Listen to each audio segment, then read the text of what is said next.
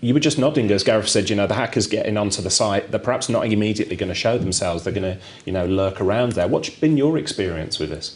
Well, the criminals, prefer that word to hackers. Yeah. They're profiling businesses, they're profiling individuals for valuable information. They want to get into systems where they can divert the transfer of money, so they want to change bank account numbers and sort codes on invoices, on bank account numbers, on payroll systems.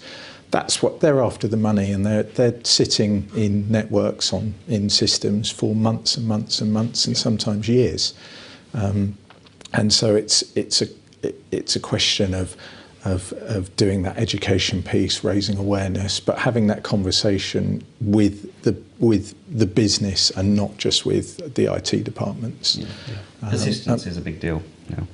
Yeah, and protecting and making everyone in the business aware what data it is they need to protect, and then protect it starting with endpoint protection, I think, and having a layered approach to that. Yeah, of course, because we should address the fact that whilst it's the end users who are going to be affected, and we're going to try and to educate the end users, we as MSPs are going to be massively affected if one of our clients goes down, because they're going to lose faith in us as managed service providers. They're perhaps even going to blame us for the situation. So, Paul, you and I work with MSPs globally every single day. Unfortunately, we hear lots of stories about things going wrong and that. How would you encourage MSPs to be having this security conversation with clients? Not only for the client's sake, but for the MSP's business sake? Yeah, no, they do. And I mean, they need to make sure that, as you say, it's looking at the overall picture, that it takes just the one person that's doing a fairly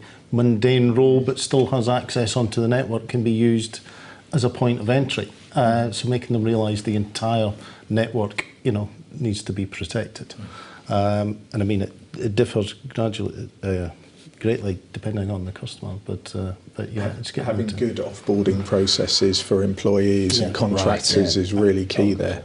Yeah, absolutely. And why is that so important? So give us an example. It sounds as though you've come across a scenario where you've been educated on that. Well, I think, I don't know what the statistics are, but if you think of an average employee and think how many services they sign into, whether that's social media accounts, it's marketing, it could be, there's so many different online services that they'll sign into on a daily basis through their web browser. All those accounts, if they're not using a password manager, then they're going to be using the same password on some of those sites. Those passwords you'll be finding on the dark web, and those are used and those passwords are used in attacks. And if those accounts are still left open, employees leave, they come and go, and that is a way into it. It might not be a way into that company's traditional network, but it is a way to access that company's data and therefore their money and their reputation. Offboarding is very important. We've had a number of clients. Usually they're relatively new clients to us, but you've dealt with them for a couple of months maybe, and then they tell you, oh, Jan's left. Oh, when did Jan leave? 4 months ago.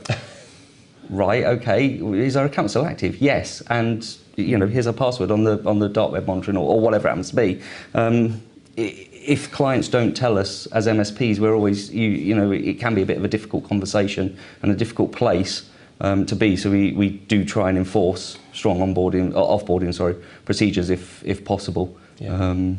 Including now we go to the limit of putting everybody's username on our invoices every month. Really? I was about to ask practically how do you do that? So we started switching our invoicing round in the last couple of months, and it's getting rolled out to clients at the moment, and it just includes these are the users that are named, because we bill by user, not by device or anything.